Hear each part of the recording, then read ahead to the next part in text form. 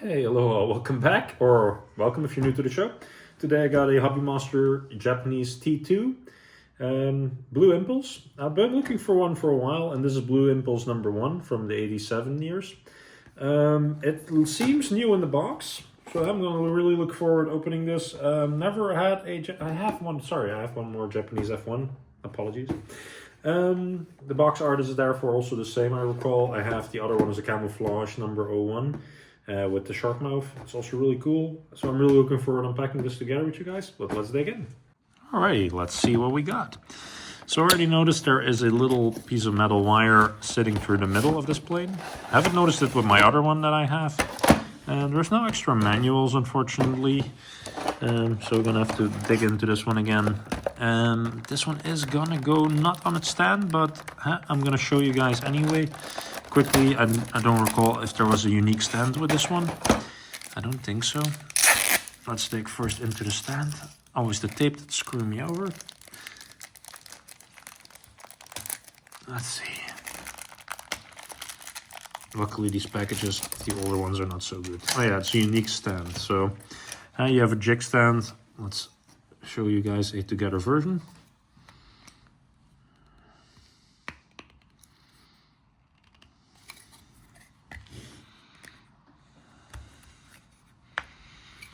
And that's what a stand looks like. It has a extra pick, so pulling out the parts. And then let's have a look at the plane itself.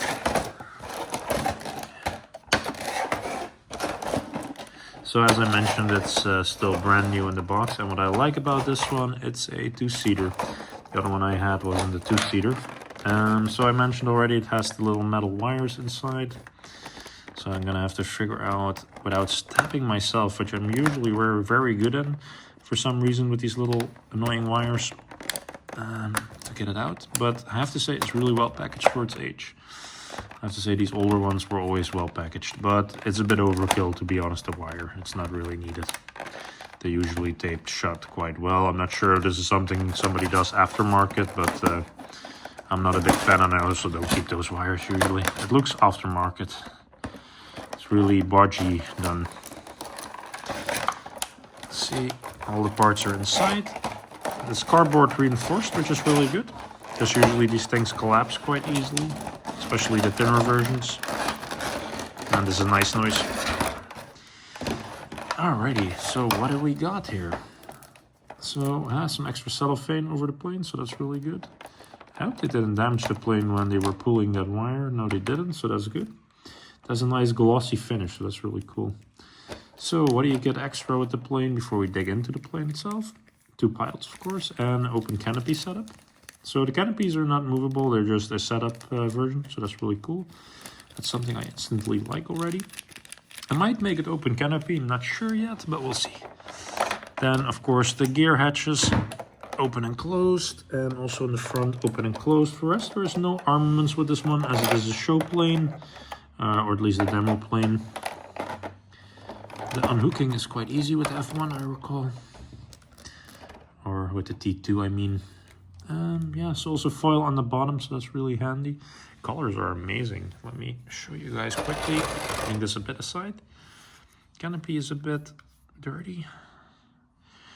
Yeah, I've seen this plane in the museum, so I'm not sure if it was this number exactly. I'm pretty sure it's not, but the color scheming is really nicely done. As you can see, the paint lines are really nice.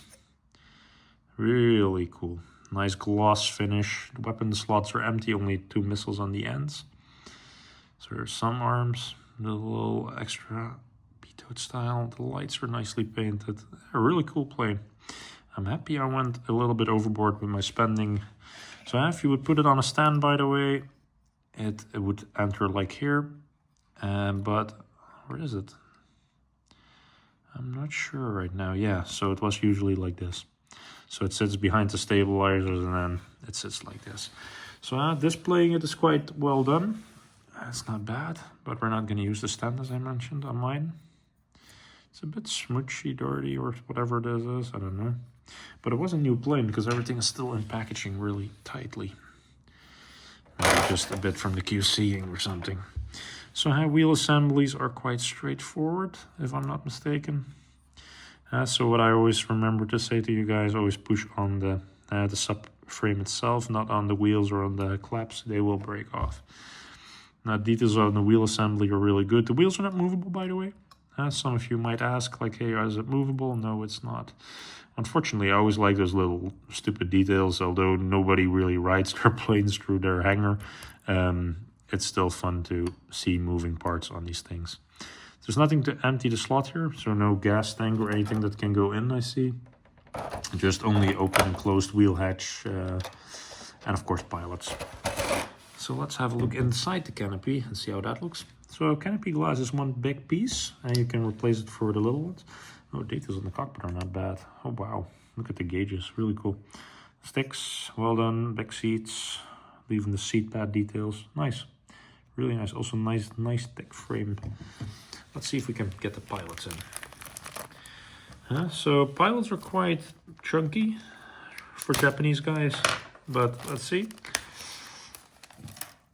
Always have the idea that there is constantly a different size of pilot with every plane, but it's okay.